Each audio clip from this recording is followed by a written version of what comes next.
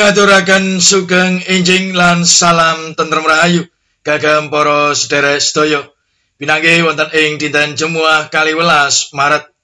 Semoga kita sami sowan marek ing ngarsanipun Gusti ngaturaken panuwun syukur awit Gusti sampun paring wewengan saha wekdal kangge kula lan panjenengan ngraos-ngraosaken berkahipun ing dinten menika. Lan sesarengan kita nyatunggil ing Gusti wonten ing pakempalaning pandonga. Sih rahmat lan tentrem rahayu saking Gusti Allah Rama kita lan Gusti Yesus Kristus nunggil ing panjenengan sedaya. Amin. Kita mirengaken kidung juru pangen ingkang utami.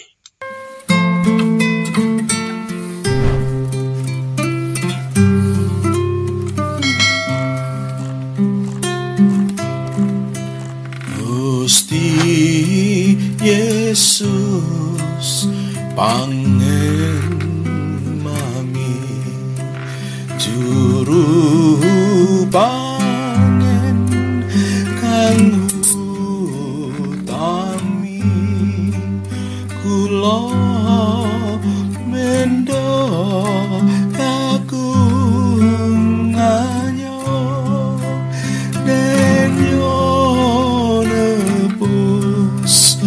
layan ranyo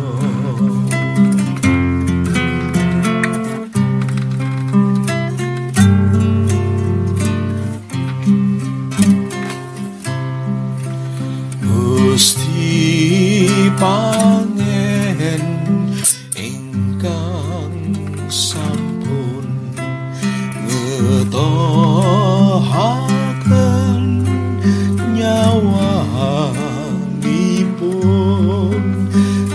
karono saking mendanyo rapon samyo wilujengo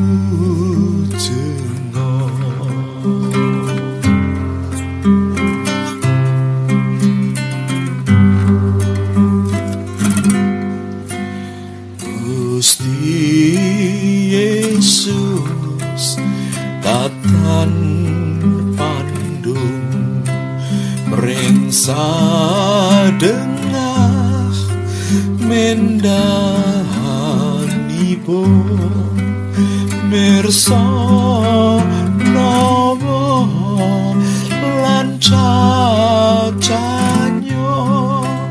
langkung titi pangeranyo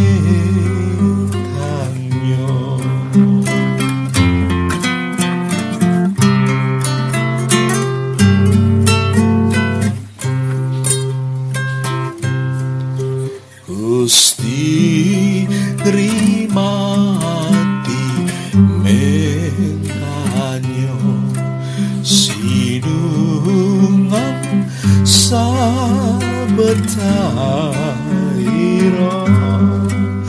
lan wonten kang cingrangan malah ngantos keluberan malah ngantos keluberan.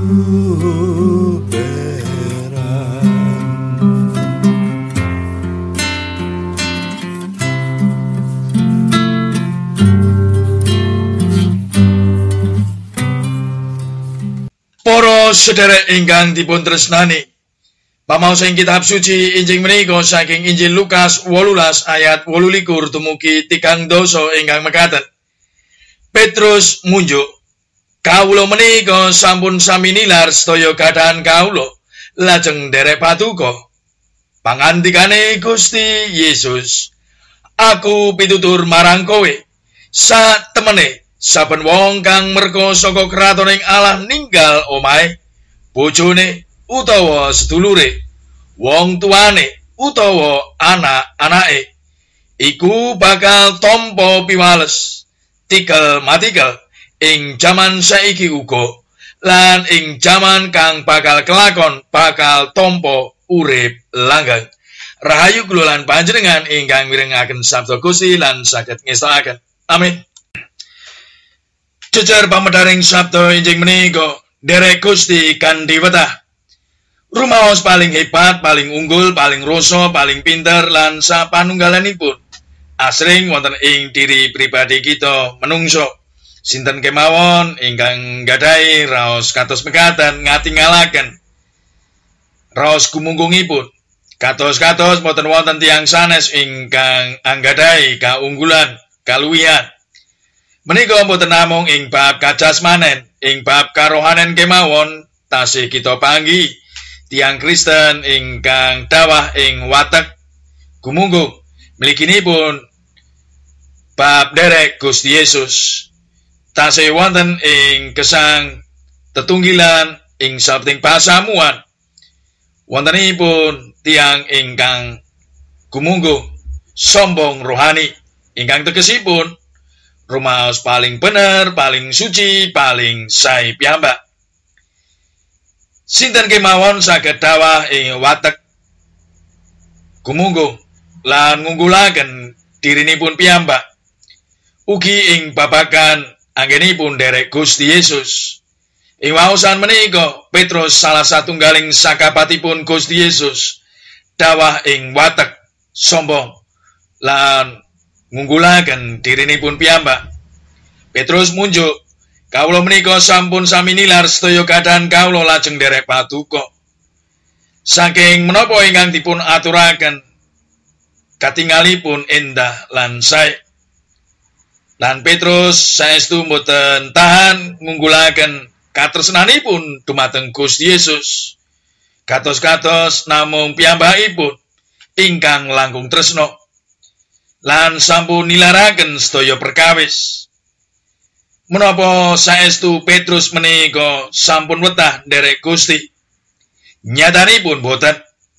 Rikala Petrus ngadepi pangladaning iman nalika Gusti Yesus kacepeng, lajeng wonten tiyang ingkang sami taken menapa Petrus tepang kelayan Gusti Yesus menapa mboten. Petrus sampun nyelaki Gusti Yesus rambah kaping 3 lan nilar Gusti Yesus nalika kasiksa sinalib. Pranyata menapa ingkang dados sikap gumunggungipun lan ngunggulaken dirinipun piyambak boten saestu nyoto kelampah. Petrus dawah ing ngriku, dawah ing salebeting pacopet. Sedaya menapa ingkang Petrus aturaken dumateng Gusti menika sejatinipun namung omong kosong, boten kelampah saestu. Petrus boten saged kanthi wetah anggenipun derek Gusti. Para sederek, menapa kula lan panjenengan ugi sampun wetah nderek Gusti Yesus. Nilar menapa ingkang dados wewatekan sifat ingkang boten sae. Sifat remen meri, sombong, ngunggulaken dirinipun piyambak, ngemungaken kabutuhanipun piyambak lan pikarepanipun. Dene tiyang sanes menika kedah nuruti kekarepan kita. Dene menawi mboten kita lajeng nepsu, cuwo lan sapiturutipun. Menapa kula lan panjenengan sampun nilar watek ingkang awon, ingkang remen patuton, remen pasulayan, boten saged mujudaken katentreman tuwin karahayon ing tengahing gesang bebrayatan lan ing satengahing masyarakat. Menapa kula lan panjenengan sampun saged nilar katonyan kita pranyata menawi kita purun beblesaken ing salebeting manah, kita ugi dereng saged kanthi wetah nderek Gusti. tasih wonten ingkang mambengi kita, nggih sifat kita, nggih watek kita, menapa dene pepinginan katonyan kita ingkang asring damel kita boten saged wetah nderek Gusti. Asring kita dawah ing salebeting panggoda lan pacopet. Sumangga ing wanci injing menika kita saged gladi mana kita lan saged mratelaken anggenipun kita wetah nderek Gusti. Ngantos kita saged dumugi ing retikul kota ngraosaken kamulyaning pun Gusti Yesus kababar tumraping kita sadaya. Derek Gusti kanthi wetah. Amin. Semoga sesarengan kita tumungkul ing pandonga ngaturaken kenging panuwun syukur kunjuk ing ngarsa patuko Gusti kawula pangen kawula ingkang utami. Namung dumateng patuko kawula sami manembah ngabekti awit patuko ingkang mengku pecah gesang kawula patuko sumbering kauripan. Ing wekdal injing menika Gusti kawula sami ngaturaken panuwun syukur kawula kunjuk ing ngarsa patuko awit sakaraing berkah ingkang sampun kawula tampeni saha kawilujengan ingkang sampun kababar ing tengahing gesang kawula.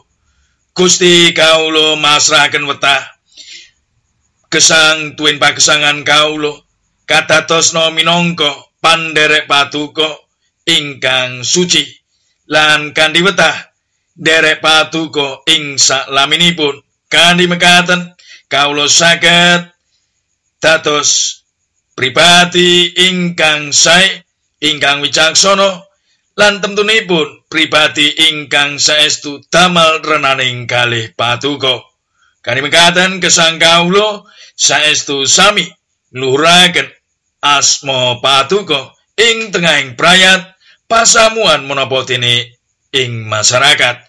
Duh Gusti kawula tetungga kangge para sepuh paringana kiat lan saras ing wekdal injing menika satemah saged sami nindakaken jejibahanipun kanthi berkah patuko kangge para sedherek kawula ingkang pinanggih sakit patuko jampang sesakitipun ngluwari sedherek kawula saking sakitipun satemah ing dinten menika sami pinanggih saras lan pulih sampurna. Kawula ugi tetungga kangge brayat kawula menika patuko berkah brayat kawula ingkang sami lelatos makarya ngupati kabutuhaning gesang patuko tuntun patuko kandi satemah anggen kawula lumampah saestu manut pituhu kalian karsa patuko lan menapa ingkang dados pangupati kawula ing dinten menika badhe manggih berkah patuko katosna Duh Gusti brayat kawula menika dados talanging berkah patuko mili lumintu kangge sederek-sederek kawula ing sakiwa tengen kawula.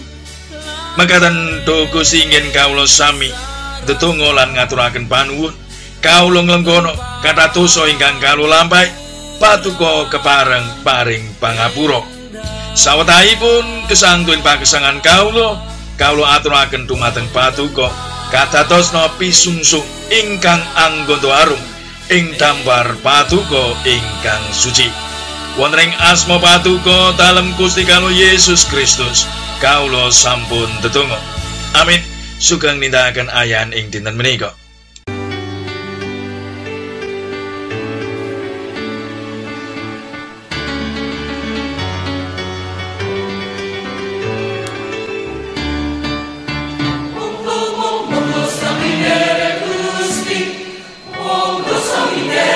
Jesus